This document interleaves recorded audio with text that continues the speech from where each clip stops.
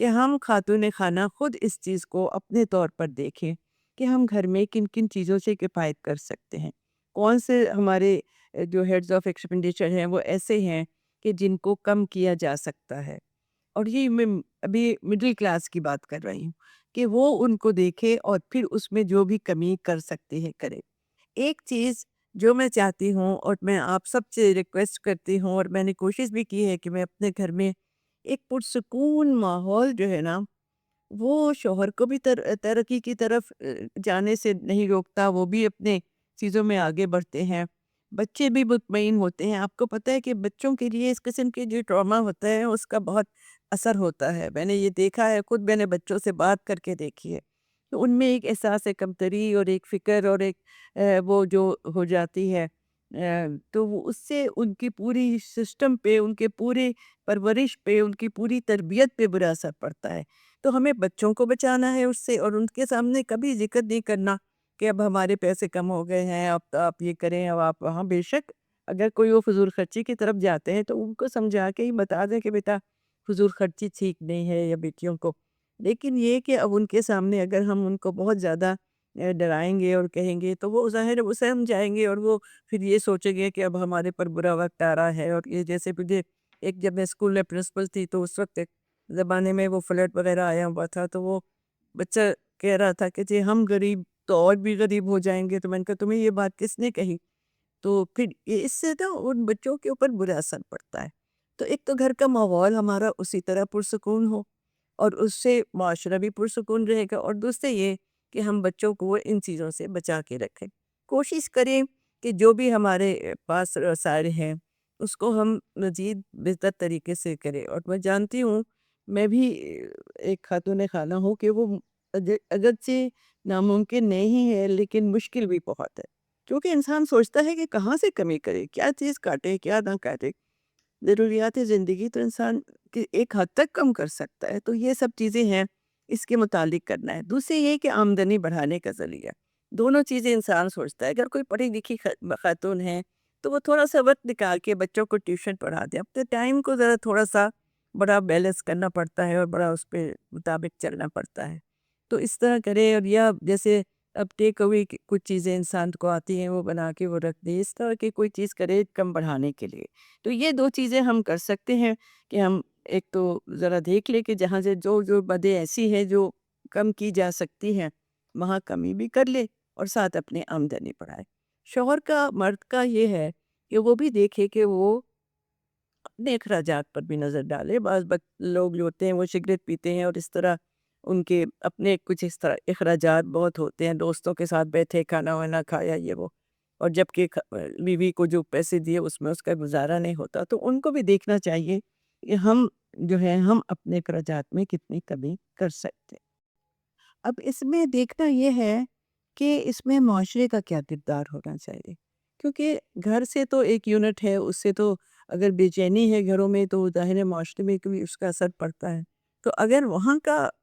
جو ہے وہ معاملہ صحیح چل رہا ہے، انہوں نے اپنے آپ کو اس سے جو ہے وہ خوش اسلوبی سے نمبرد آزما کرنے کے لیے طریقے اختیار کر لیے ہیں، تو پھر معاشرے کا بھی کوئی ایک ذمہ داریاں ہیں۔ سب سے پہلے یہ ہے کہ جیسے میں نے پہلے بھی کہا تھا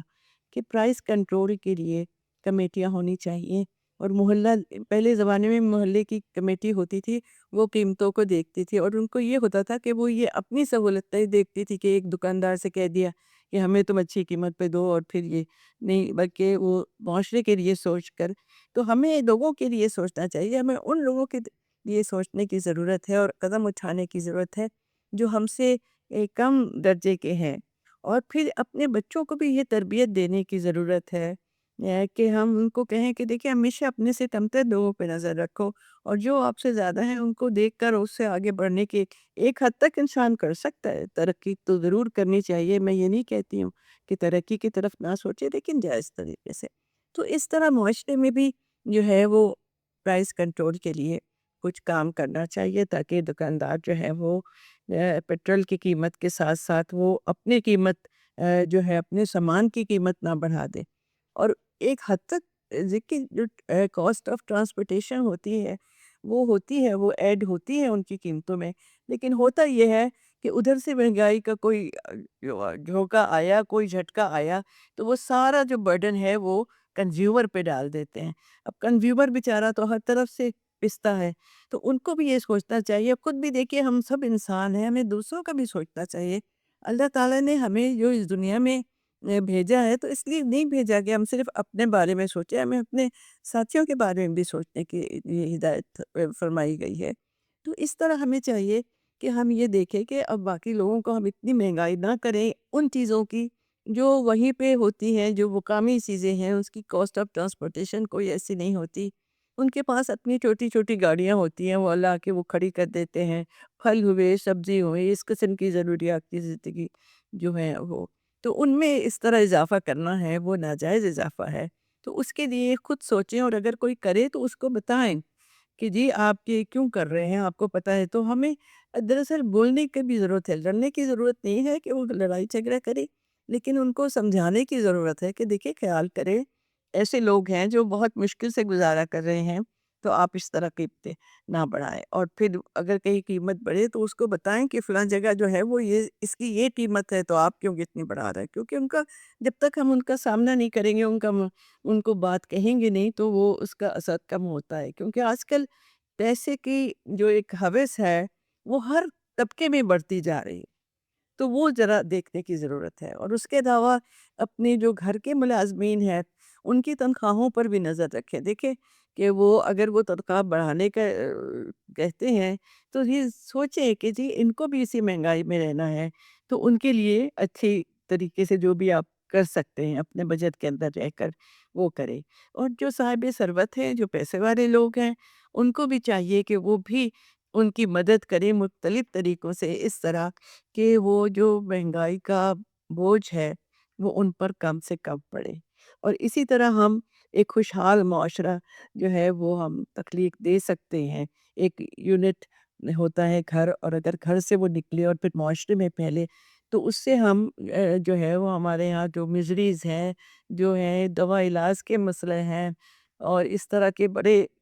جو ہے ہماری جو غریب عوام ہے ان کے بہت مسائل ہیں، اور وہ دن بدن بڑھتے جا رہے ہیں۔ دیکھیے وہ اسکوٹر میں نے دیکھا، کئی پچھلے دنوں میں باہر نکلی تو کئی لوگ جو تھے وہ اسکوٹر کافی دور سے چلا کے ہاتھ سے چلا کے لا رہے تھے، پتہ نہیں پیٹرول ختم ہو گیا ہوگا۔ مجھے بڑا